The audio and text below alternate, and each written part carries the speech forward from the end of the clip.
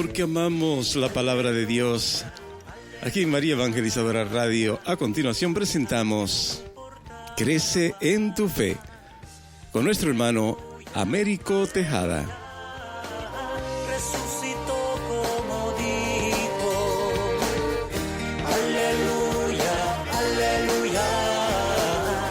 Ruega a Dios por nosotros. Saludos en este glorioso día y bendiciones a los radiocreyentes que escuchan María Evangelizadora Radio, que están sedientos de la palabra de Dios. Les envío un saludo a su hermano Américo Tejada, de la parroquia San Simón Stack San José, que está localizada en el Bronx y pertenece a la Arquidiócesis de Nueva York. Estamos aquí todos los miércoles de 5 a 6 p.m. y los sábados de 9 a 10 a.m., hora de Nueva York.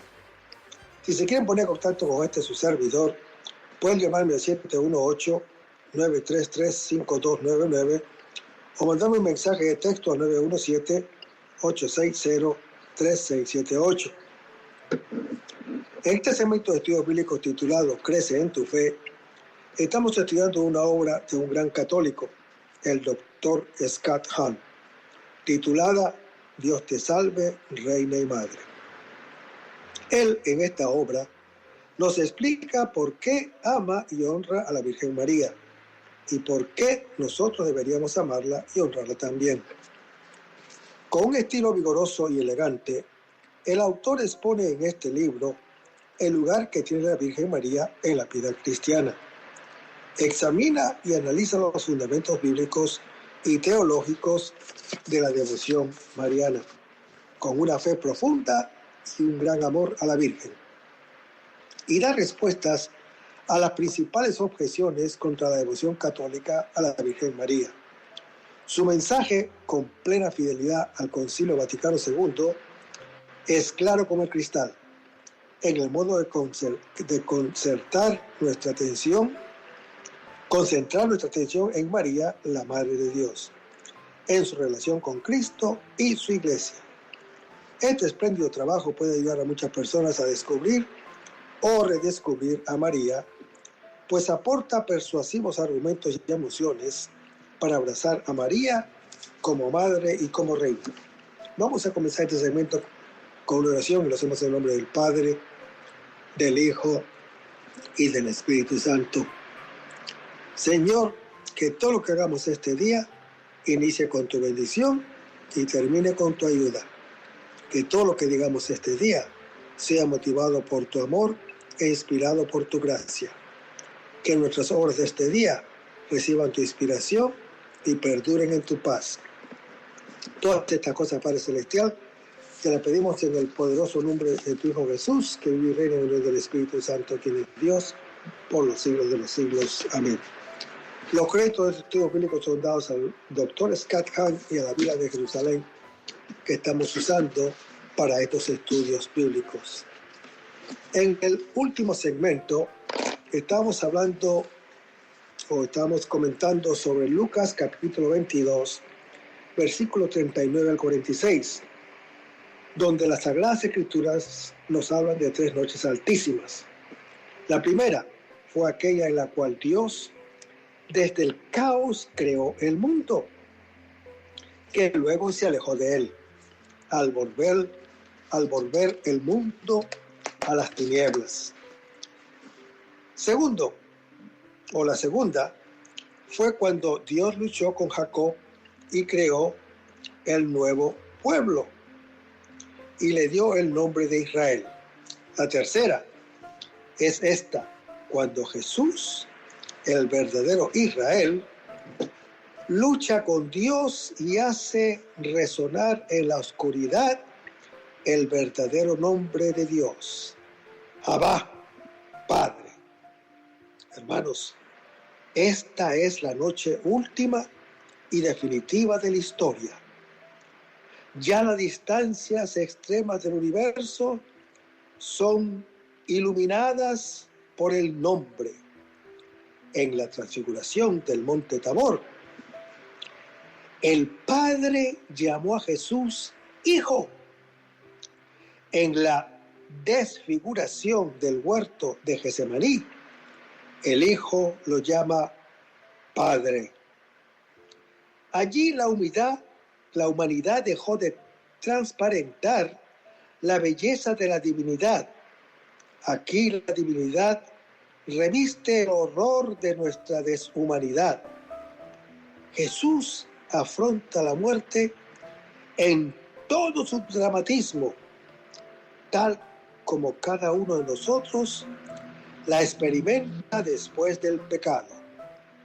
Es el final de la vida, el abandono de todos los bienes y del mismo Dios.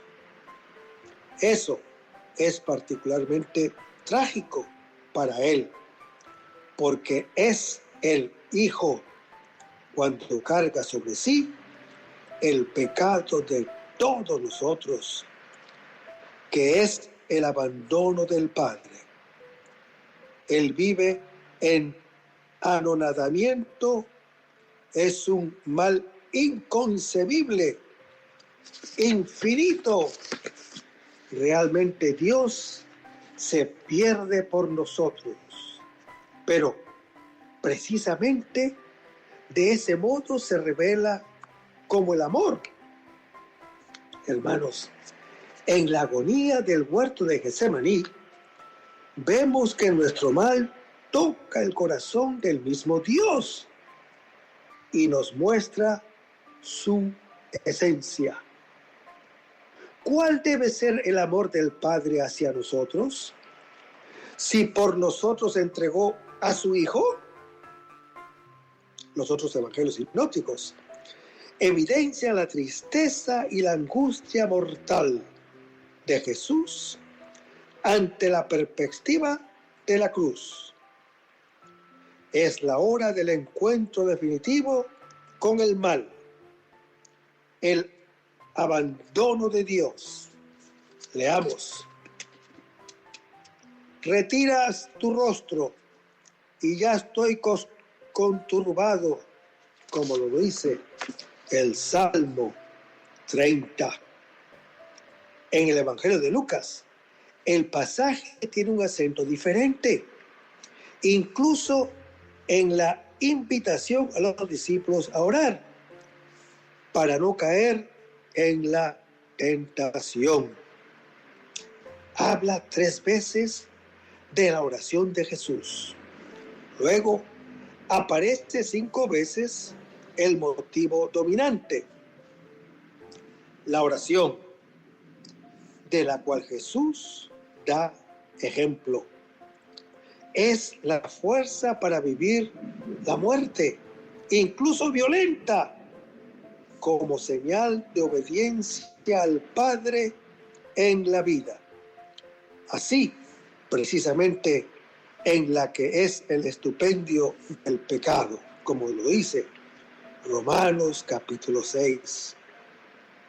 Hermanos, aquí se nos concede la victoria sobre el pecado y sobre la misma muerte.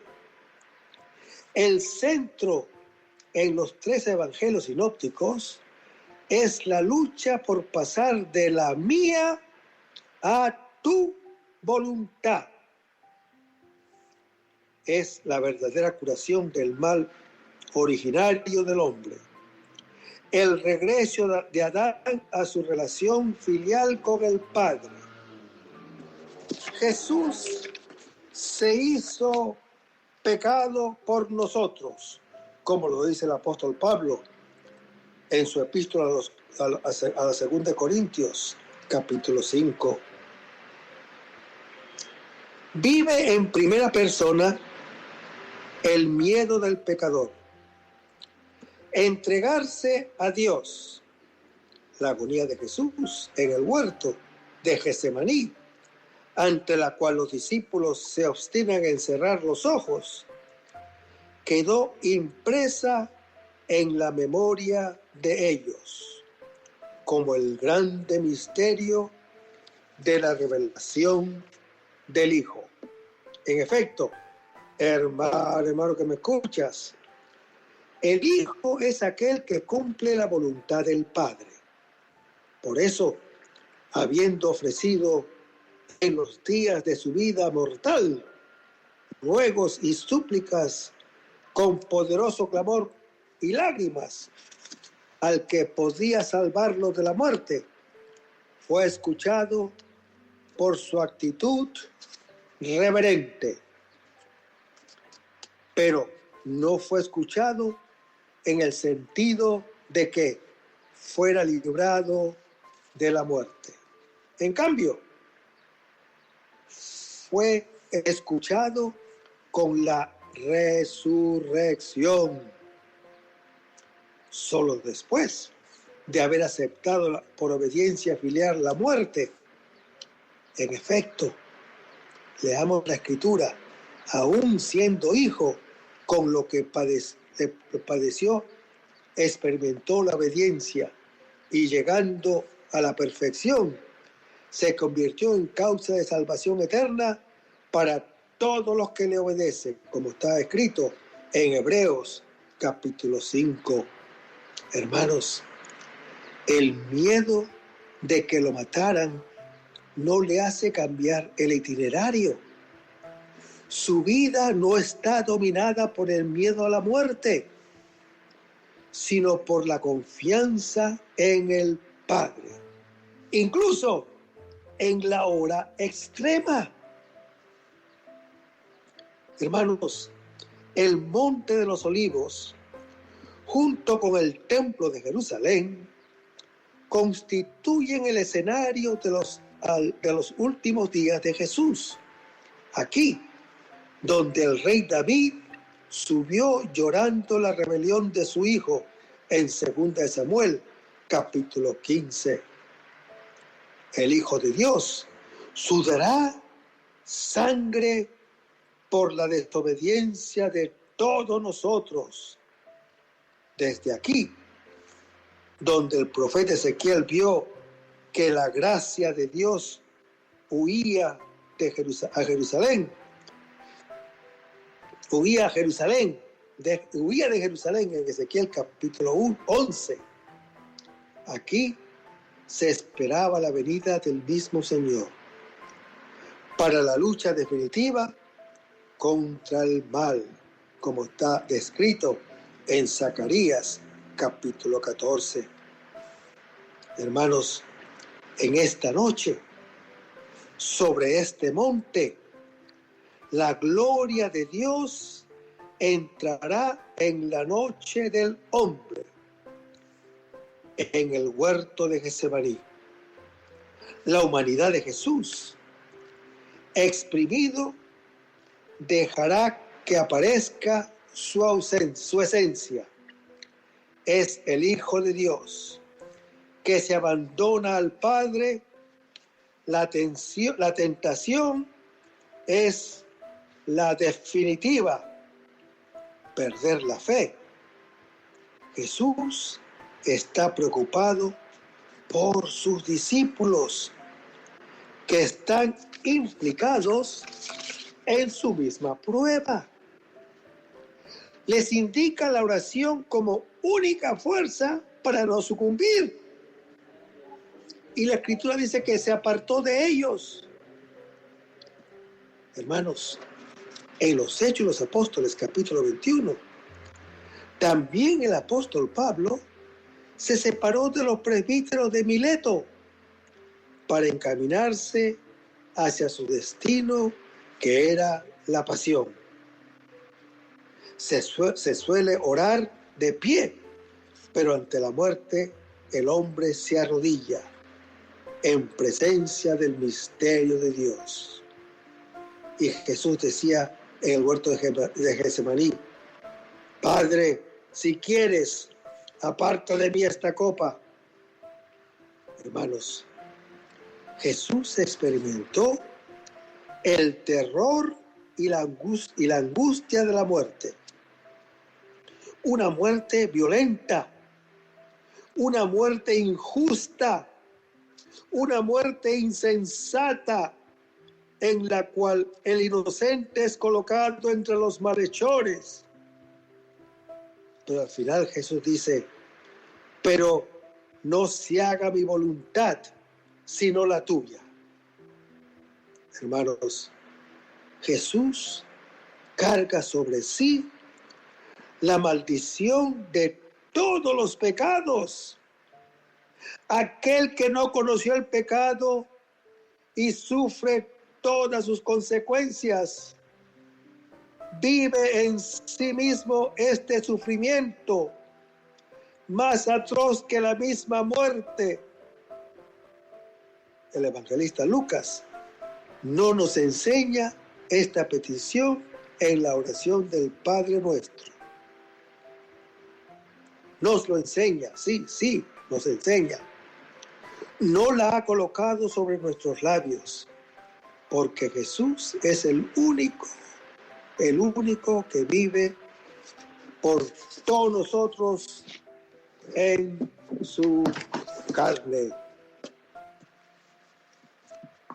Pues este sí suyo cambia el no de los progenitores en el Edén. ¿Y cuánto le costaría esta adhesión a la voluntad del Padre? Se muestra en los misterios siguientes, en los que, con la flagelación, la coronación de espinas, la subida al Calvario y la muerte en la cruz, se ve sumido en la mayor ignominia del hombre. En este aprobio no solo se revela el amor de Dios, sino el sentido mismo del hombre. Quien quiera conocer al hombre ha de saber descubrir su sentido, su raíz y su cumplimiento en Cristo Jesús. Hermanos, Dios se humilla por amor hasta la muerte y muerte de cruz, como está en Filipenses capítulo 2. Hermanos, los misterios de dolor llevan al creyente a revivir la muerte de Jesús, poniéndose al pie de la cruz junto a María, para penetrar con ella en la inmensidad del amor de Dios al hombre. Sí, hermanos, esa inmensidad de amor hacia todos nosotros, y sentir toda su fuerza regeneradora. La contemplación del rostro de Cristo no puede reducirse a su imagen de crucificado. Él es el resucitado. Hermanos, el rosario ha expresado siempre esta convicción de fe, invitando al creyente a superar la oscuridad de la pasión para fijarse en la gloria de Cristo, en su resurrección y en su ascensión. Contemplando al resucitado, el cristiano descubre de nuevo las razones de la propia fe, como está en 1 Corintios, capítulo 15, versículo 12 al 22, donde la resurrección de los muertos está fundada en la resurrección de Cristo. Hermanos, el apóstol Pablo argumenta con una lógica enérgica e irreprochable, adecuada al espíritu griego. La proclamación de la resurrección de Cristo es un dato esencial de la fe cristiana, y hay numerosos testigos que vieron al Señor resucitado. Siendo así, hermano que me escuchas, Pablo, el apóstol, se sorprende como ante algo incongruente. ¿Cómo entonces ¿Pueden algunos decir que no hay resurrección de muertos? Pregunta el apóstol Pablo. Hermanos, hemos dicho que los que así pensaban eran tal vez cristianos de origen griego, influenciados por ideas filosóficas dualistas, precursoras del gnosticismo.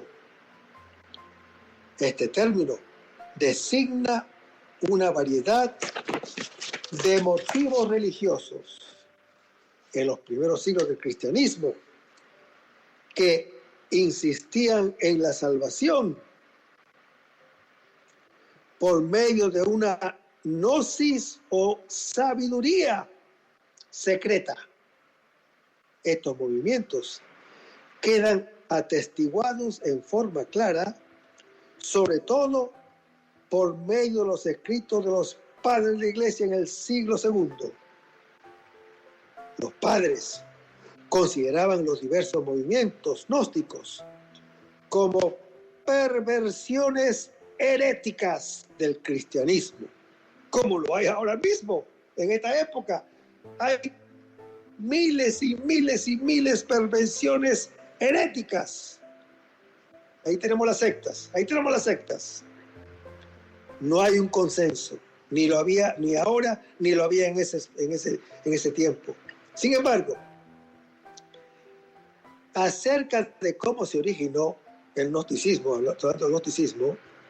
nuestro conocimiento del gnosticismo dependía enteramente de los escritos de los padres de la Iglesia de los siglos II y III, como Justino Mártir, Ireneo, Hipólito, Orígenes y Tertuliano, junto con las descripciones posteriores de Epifanio en el año 403. El maestro gnóstico más famoso fue Valentino, que enseñó en Alejandría y llegó a Roma hacia el año 140 después de Cristo. En los sistemas gnósticos existe un dualismo ontológico, una oposición entre el Dios inefable y trascendente y un demiurgo ignorante y obtuso, a menudo caricatura del Yahvé del Antiguo Testamento, el cual es el creador del cosmos. En algunos sistemas, la creación del mundo material es el resultado de la caída de la Sofía. La creación material es considerada mala. Sin embargo, hay chispas de divinidad que han quedado encerradas en los cuerpos de ciertos hombres espirituales destinados a la salvación. ¡Qué barbaridad! ¡Qué barbaridad! Las cosas que creían. Pero sigamos leyendo. Estos llamados espirituales ignoran sus orígenes celestiales. Dios les envía un redentor, con frecuencia un Cristo docetista, no con una humanidad real, sino que parecía serlo, que les trae la salvación en la forma de una gnosis secreta. Iluminados así, los espirituales escapan de sus cuerpos carnales en la muerte y atraviesan las esferas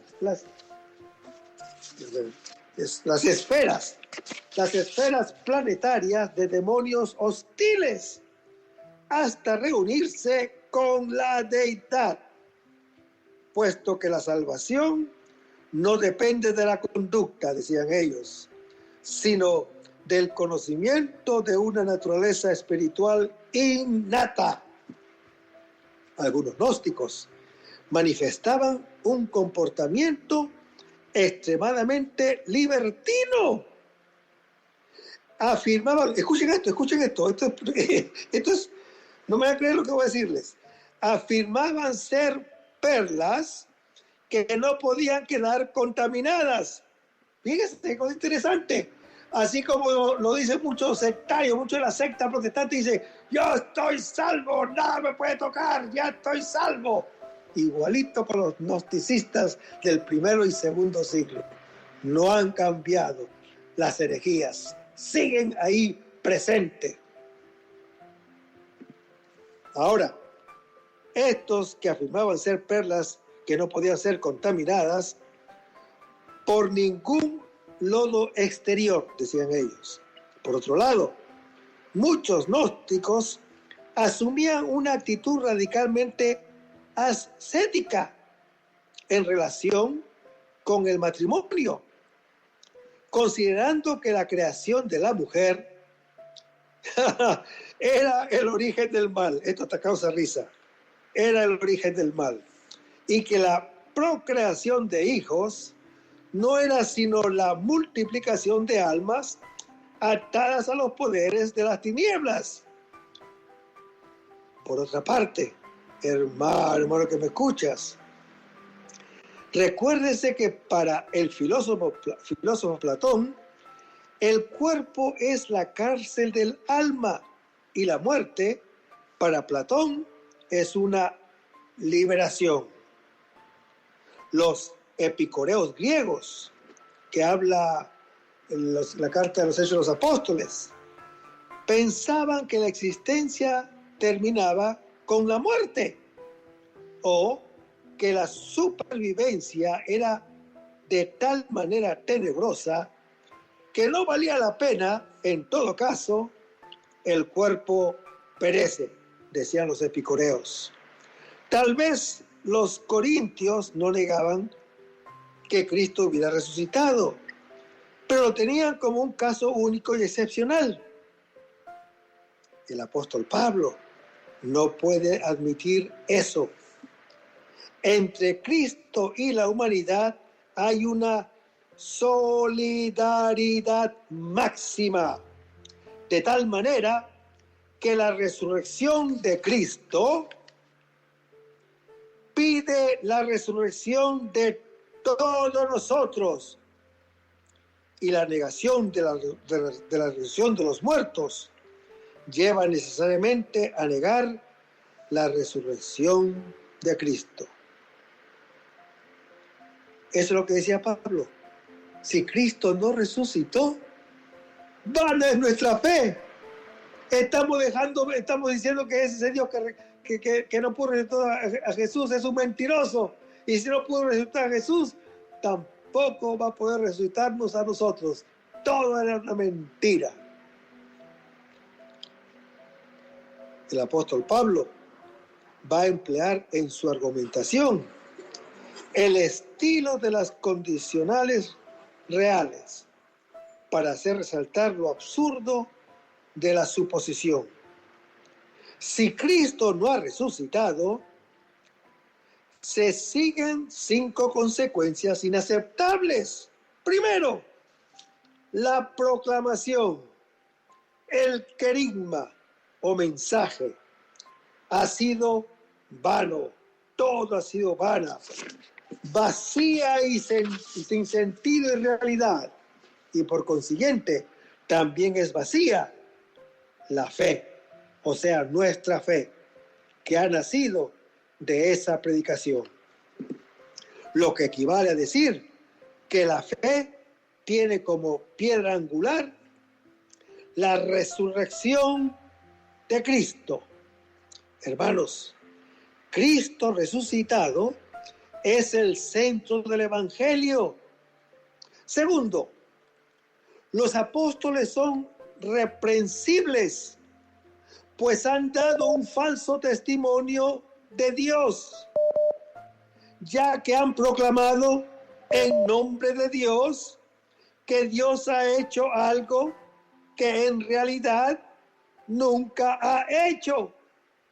Tercero, si Cristo no ha resucitado, todavía están en sus pecados. Sí, hermanos, porque Cristo nos perdonó nuestros pecados y si Cristo no resucitó, todavía estamos en el pecado.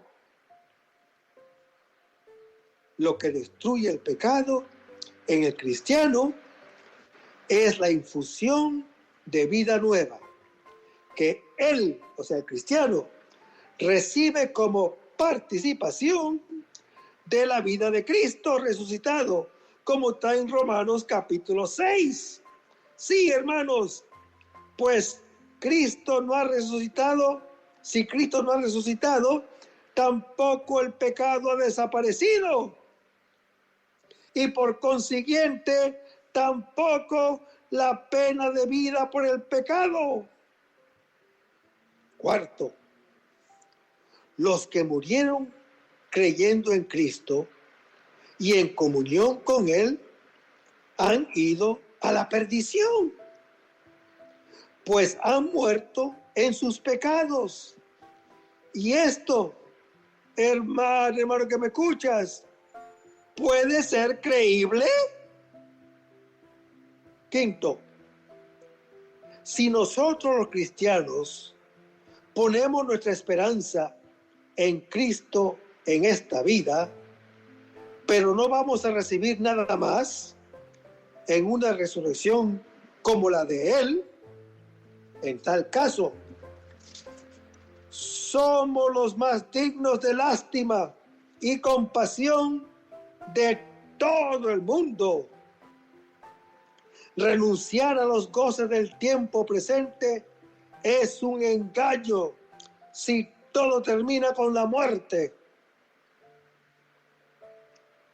Después de la argumentación lógica, el apóstol Pablo pone en ejercicio su carisma de profeta y con toda autoridad proclama la revelación que ha recibido sobre este dato de la fe, que trasciende la experiencia y la razón.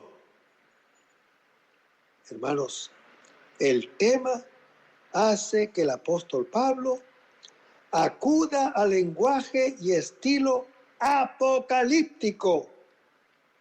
Hay que tener presente la naturaleza de este género literario para comprender bien el pasaje, discernir entre el mensaje y el vínculo literario que entra en juego bajo las imágenes brillantes del género apocalíptico. Hay tres ideas fundamentales. Primero, Cristo ha sido resucitado como primicia de los demás. Segundo, con su resurrección, Cristo ha comenzado a reinar, pero su reinado no llegará a su perfección, sino con la resurrección de los muertos, o sea, con la resurrección de todos nosotros. Tercero, el reinado de Cristo está ordenado al reinado absoluto de Dios. El apóstol Pablo comienza con un grito de victoria cuando dice, pero no. Cristo ha resucitado por un acto de la omnipotencia de Dios. La mención de los muertos implica una resurrección corporal. La expresión como primicias es clave. Sí, hermanos, es clave. Indica una comunión en naturaleza, con sus consecuencias correspondientes, como lo dice el apóstol Pablo en su epístola a los Romanos, capítulo 8. Hermanos, las primicias o primeros frutos son iguales a todos los demás y por eso, con la consagración de la primera gavilla hecha en la fiesta de la Pascua, quedaba consagrado el resto de la cosecha, como está descrito en Levítico capítulo 23. Así también en la resurrección del Señor Jesús, En la resurrección de Cristo está el germen y está asegurada la resurrección de todos los que son de Cristo, como lo dice el apóstol Pablo en su epístola a los Colosenses capítulo 1. Hermanos, los versos anteriores son una densa síntesis de la solidaridad corporativa de Cristo con su pueblo. Este pasaje anuncia ya las exposiciones teológicas que el apóstol Pablo hará en su epístola a los Romanos capítulo 5, partiendo de la revelación del Génesis capítulo 3. Adán y Cristo son instrumentos para la humanidad de ellos depende. No se trata solo de una dependencia biológica y física, sino de una dependencia integral que interesa al hombre total. Sin embargo, hermano que me escuchas, el texto se limita aquí a muerte por Adán y a resurrección por Cristo, por un hombre. Adán, entró la muerte en el mundo. El Génesis no dice que el hombre haya sido creado inmortal, sino que podría serlo gracias a que comía del árbol de la vida. Pero pecó. Y cuando pecó, fue arrojado del paraíso. No pudo comer más de ese árbol y murió. Y tras él, toda la humanidad que depende de él. La muerte, pues, como castigo del pecado, vino por Adán. Pero por otro hombre, Cristo resucitado, viene la resurrección de los muertos. Miren lo que dice la Escritura. En él todos serán vivificados. Hermanos, el vocablo todos, dado el contexto, mira solamente a los creyentes que mueren en Cristo. Hay una diferencia entre Adán, el primer hombre, y Cristo resucitado, el nuevo hombre. Mientras que nuestra muerte está ya presente en Adán. Todos mueren, dice la Escritura. Nuestra resurrección en Cristo es futura. Cuando la Escritura dice, todos serán vivificados. Pues aquí revive la alegría no solamente de aquellos a los que Cristo se manifestó, ya sean los apóstoles, ya sean la Magdalena, ya sean los discípulos de Maús, sino también el gozo de la Virgen María, que experimentó de modo intenso la nueva vida del Hijo glorificado. A esta gloria, que con la ascensión pone a Cristo a la derecha del Padre, sería elevada ella misma en la asunción, anticipando así, por especialísimo privilegio, el destino reservado a todos los justos con la resurrección de la carne. Al fin, hermano que me escuchas, coronada de gloria, como aparece en el último misterio glorioso, María resplandece como reina de los ángeles y de los santos, anticipación y culmen de la condición escatológica de la Iglesia. Hermanos, en el centro de este itinerario de gloria del Hijo y de la Madre El rosario considera en el tercer misterio glorioso Pentecostés, que muestra el rostro de la Iglesia como una familia reunida con la Virgen María, avivada por la efusión impetuosa del Espíritu Santo y dispuesta para la misión evangelizadora. Hermanos, la contemplación de este, como de los otros misterios gloriosos, ha de llevar a los creyentes a tomar conciencia cada vez más vida de su nueva vida en Cristo, en el seno de la Iglesia, una vida cuyo gran ícono es la escena de Pentecostés. De este modo, hermano que me escuchas, los misterios gloriosos alimentan en los creyentes la esperanza en la meta escatológica, hacia la cual se encaminan como miembros del pueblo de Dios, peregrino en la historia.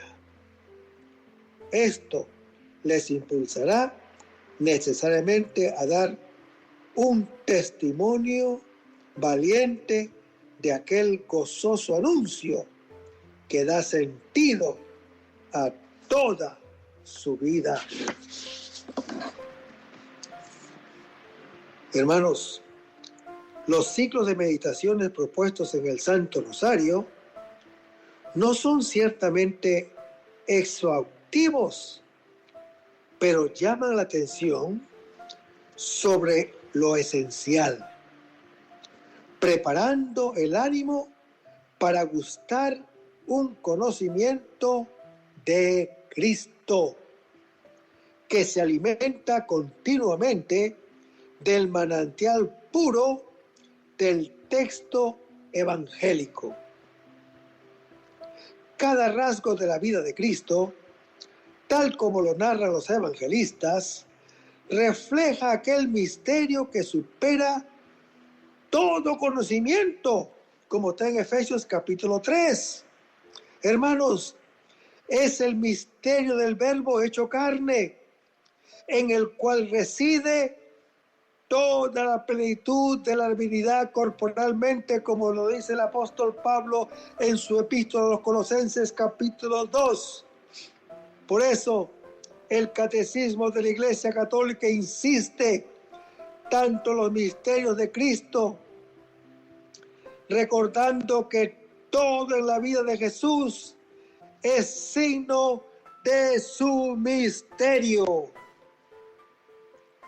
Hermanos, la Iglesia en el tercer milenio se basa en la capacidad de los cristianos de alcanzar en toda su riqueza la plena inteligencia y perfecto conocimiento del misterio de Dios, en el cual están ocultos todos los tesoros de la sabiduría y de la ciencia, como está en Colosenses capítulo 2.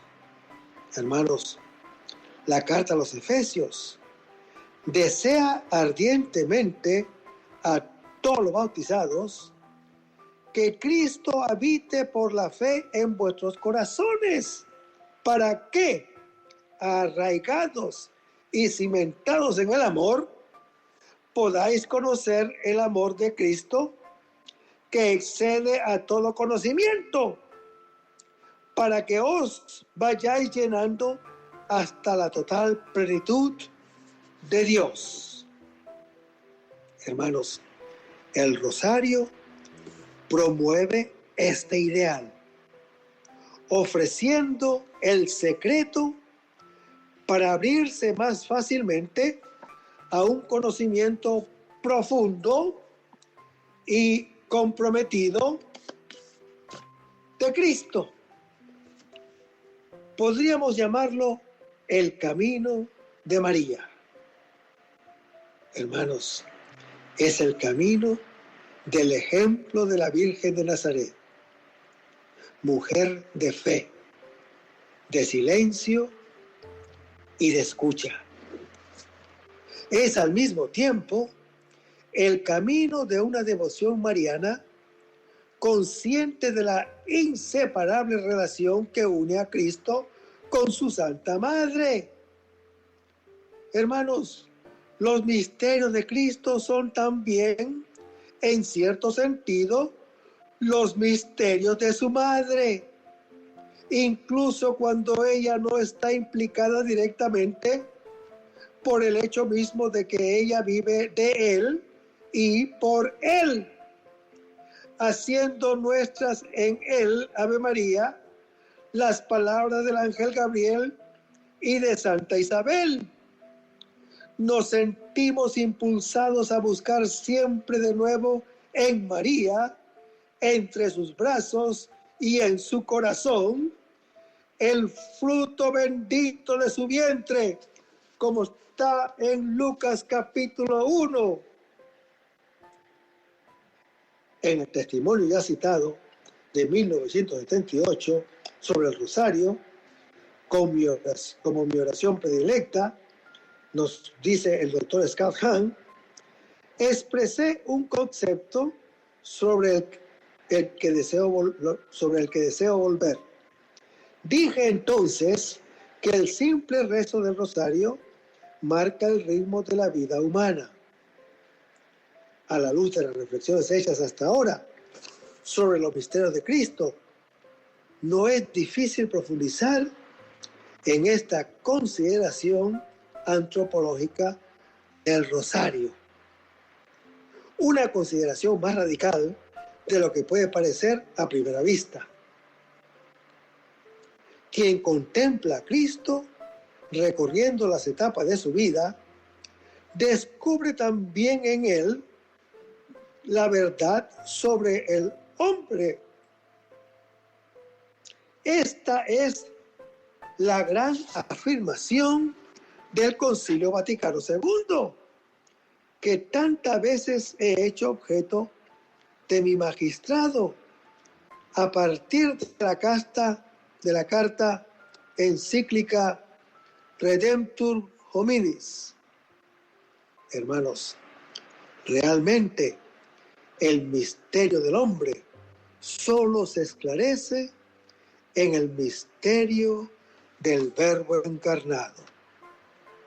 El rosario ayuda a abrirse a esta luz, siguiendo el camino de Cristo, el cual recapitula el camino del hombre, desvelado y redimido. El creyente se sitúa ante la imagen del verdadero hombre. Contemplando su nacimiento, aprende el carácter sagrado de la vida. Mirando la casa de Nazaret, se percata de la verdad originaria de la familia según el designio de Dios. Escuchando al Maestro en los misterios de su vida pública, encuentra la luz para entrar en el reino de Dios. Y siguiendo sus pasos hacia el Calvario, comprende el sentido del dolor salvador.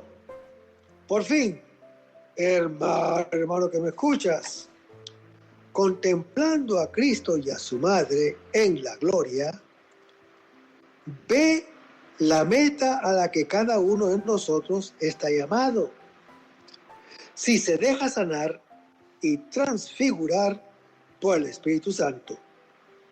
De este modo, se puede decir que cada misterio del rosario, bien meditado, ilumina el misterio del hombre.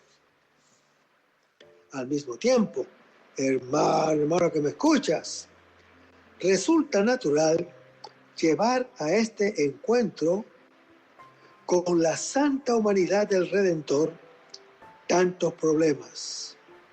afanes, fatigas y proyectos que marcan nuestra vida.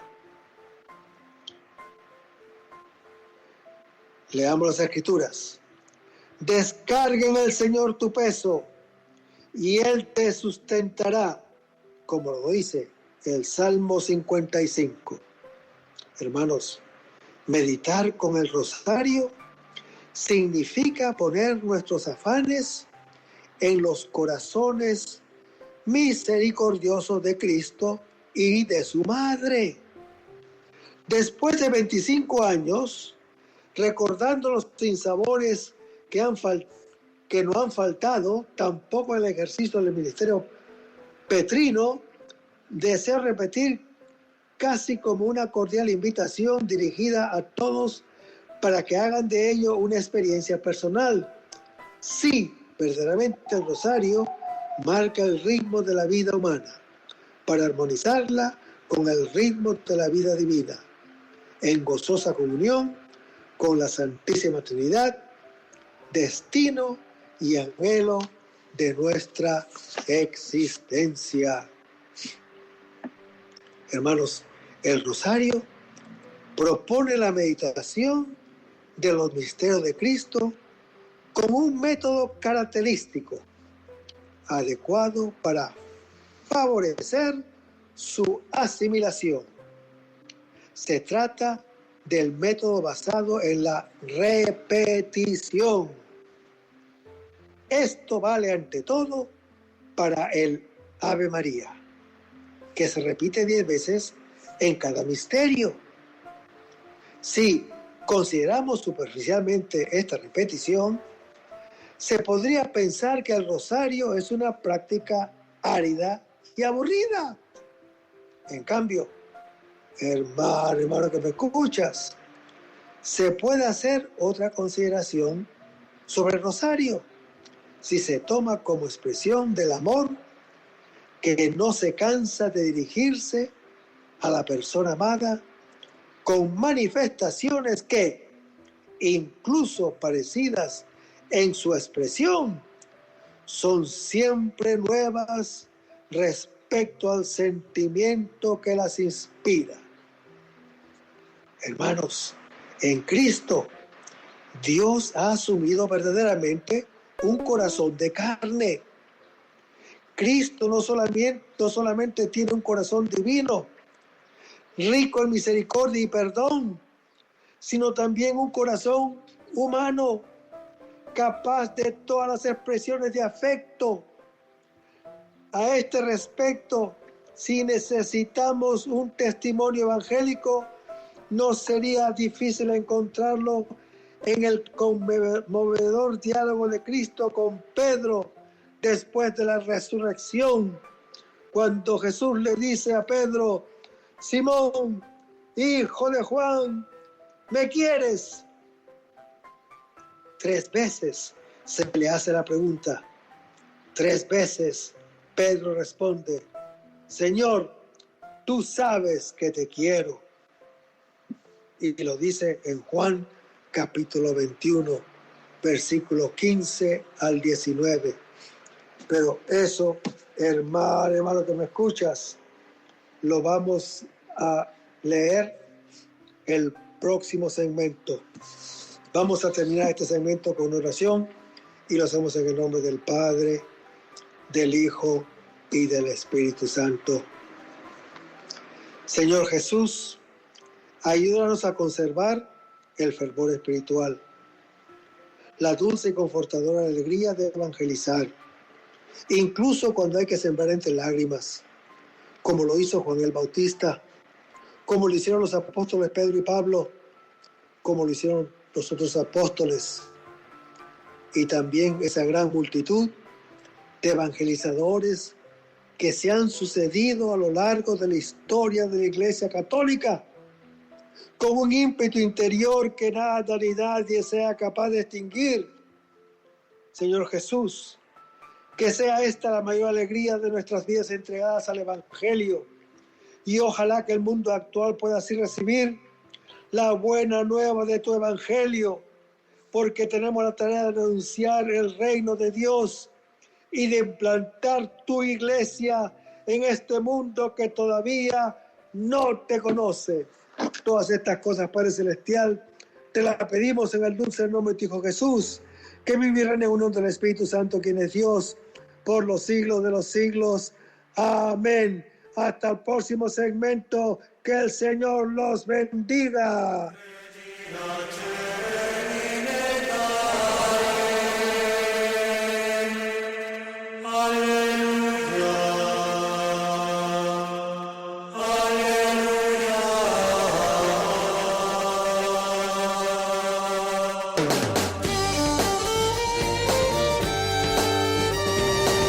Reina del cielo, alégrate. Aleluya, aleluya. Porque al que tú portabas, aleluya, aleluya, resucitó como dijo. Aleluya, aleluya. Ruega a Dios por nosotros. Aleluya, aleluya. Goza y alégrate, Virgen María, por la verdadera resurrección del Señor. Goza y alégrate, Reina del cielo. Aleluya, aleluya. Dios Padre, que por la resurrección de tu Hijo, nuestro Señor Jesús, te dignaste dar al mundo alegría. Concédenos por tu Madre, por la Virgen María, alcanzar el gozo de la vida eterna, por Jesucristo, nuestro Señor. Goza y alégrate, Virgen María, por la verdadera resurrección del Señor. Goza y alégrate, Reina del cielo. Aleluya. Regina Celi letale, Fiamo in menuisti portare, resurrexi, sic dixit, ora pro nobis Deus. Goza y alégrate, Virgen María, por la verdadera resurrección del Señor. Goza y alégrate, Reina del cielo. Aleluya, aleluya.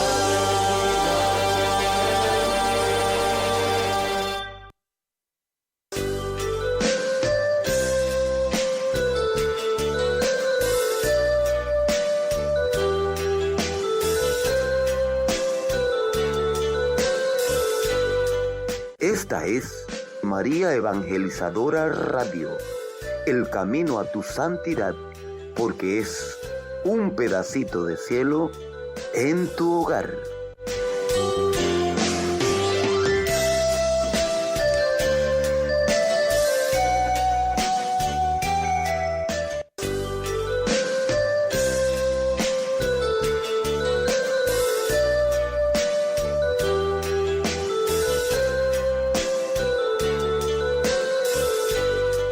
Esta es María